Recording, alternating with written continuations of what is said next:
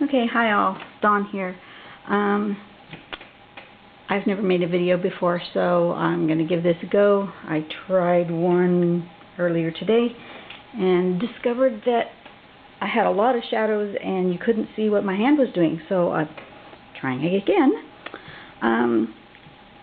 This is for those of us who were having a discussion about the pattern paradox and how difficult it can be to get the hang of it. So I thought I would do a narrative video on how I do it, just to see if I could help out anybody who's got a question. I'm using a Sharpie pen for this demonstration. Normally I would be using my Microns, which is a much thinner pen, but I thought for a video I would need a little bit thicker just so you could see it better. Hopefully this time the shadows are correct and you can kind of see what I'm doing. I'm going to start with a simple grid. I'm just going to go ahead and make a square grid.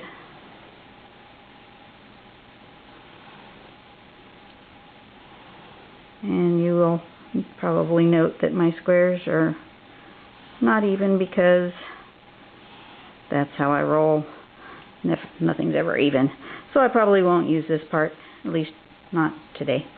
The important thing with paradox is I always think to myself, thin, thick, thin, thick.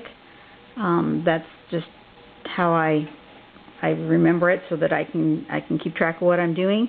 And the other important thing for me is to turn my page. So you'll see me turning this around and around. I always start in one corner. You can either start from what I call top to bottom, or from bottom to top, depends on what's most comfortable for you. And with this pattern, oftentimes I'll do some squares one way and some squares the other. So I'm going to start with top to bottom, which is the way I'm sitting here to the side of the camera. I'm going to start in the corner and I'm going to go thin, thick. This spacing here, try to make that as uniform as you can every time you go around.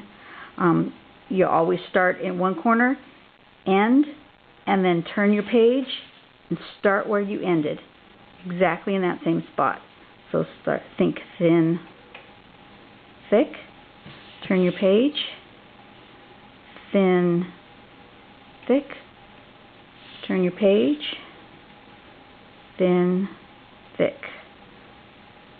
And then continue to turn your page until the pattern starts to emerge. Thin, thick, thin, thick, thin, thick, thin, thick, thin, thick, thin, thick, thin, thick, thin, thick. Usually as it starts to spiral toward the center, I kind of get the hang of it. I know that I'm not going a funny direction, and at some point it gets so tiny that I stop spinning my page and just continue around. But I've discovered that if I start just doing this without turning my page, I get a little less consistent on my lines. My spacing isn't the same, and I end up with wonky squares. So on the next one, I'm going to continue doing it the same way I just did this one. So I'm going to start here.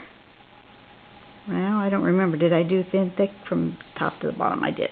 Okay, so thin, thick, turn my page, thin, thick, turn my page, thin, thick, turn my page, thin, thick, thin, thick, thin, thick, thin, thick, thin, thick, thin, thick, and so forth.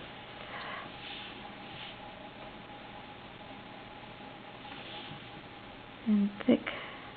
Oops, that one didn't quite touch, so I'm going to just go back and make sure that it's touching the previous line. Thin, thick, thin, thick.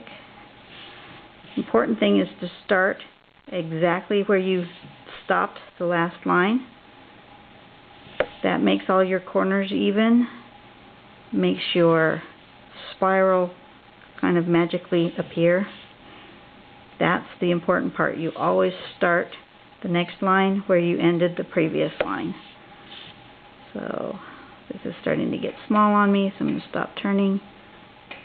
But see how my hand doesn't, it goes really good one way and it doesn't go so good the other, and I get kind of wonky lines going with my hand going this way. See how I get kind of a curve in there? So actually spinning the tile for me makes my lines much more consistent and straight. And you'll notice that the pattern created its own swirl or spiral right here. If on the next one I do it the other way, instead of starting up here and going thin, thick going this way, if I start at the bottom and work my way up, you'll note that the spiral goes the other way if you do an opposite.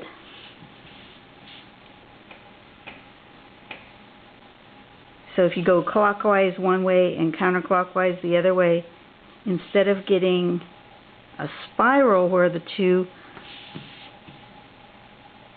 grid corners meet, you'll end up with a fan shape. And you can watch this as it comes out. I hope you can see. I'm not going off screen. I'm not paying any attention. Hopefully you can see this. I keep turning my page, thinking thin to thick, thin to thick. And yes, my hand is a little wobbly today. Part of that has to do with the fact that I'm really quite nervous making a video, so we'll see what happens. Part of it is that I'm trying to get in a hurry because I have to leave for work here shortly. I wasn't paying attention to what time it is, and I hear my alarm going off in the other room, so just ignore it. Thin, thick. See, now I got confused. Okay, this is the last place I was, so continue with my last line. Okay, into the middle. And see how it created this fan shape instead of this spiral shape. Both shapes are really cool. They just sort of magically appear depending on how you do your grid. Sometimes you'll get a spiral, sometimes you get a fan. If you start with triangles, it'll work the same way. Let me do a triangle here. Thin, thick, thin, thick, thin, thick, thin, thick, thin, thick, thin, thick, thin, thick. That's how I go around. I just think to myself, thin, thick, thin, thick.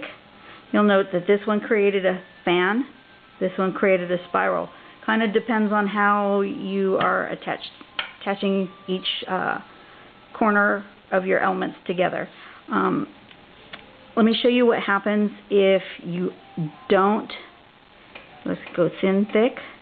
If you don't start here in this corner to do your next spot, if you move over a little bit, thin, thick, and you're still doing the pattern, but you're not connecting your corners, pretty soon it kind of looks the same, but not really.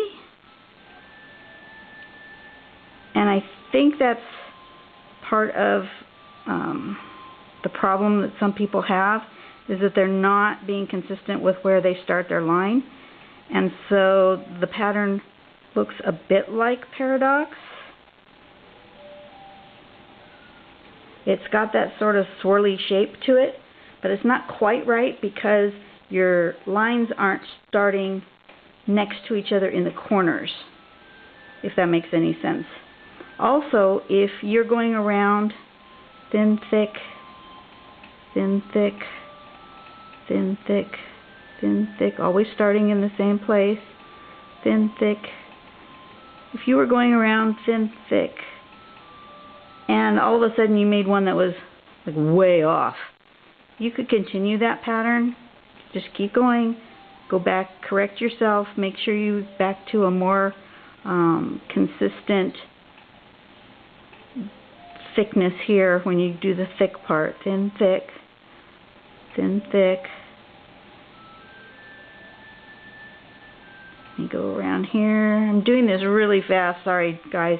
You can tell when you're hurrying, when you're not breathing and thinking and being clear about what you're doing, you end up with more of a mess. It's much better when you're paying attention to what you're doing. But I was going to show you here, see this big one that looks funny? You can kind of fix it by adding another one in there. That will help to create the pattern and make sure that your spots are a little more even. But when you are in a hurry and you rush, it ends up not consistent. And what you're looking for is a consistent flow, trying to make your lines the same, thin, thick, and this distance here approximately the same every time you go around. Thin, thick, thin, thick, thin, thick. That's how I think about it, and I hope this helps. Bye, everybody.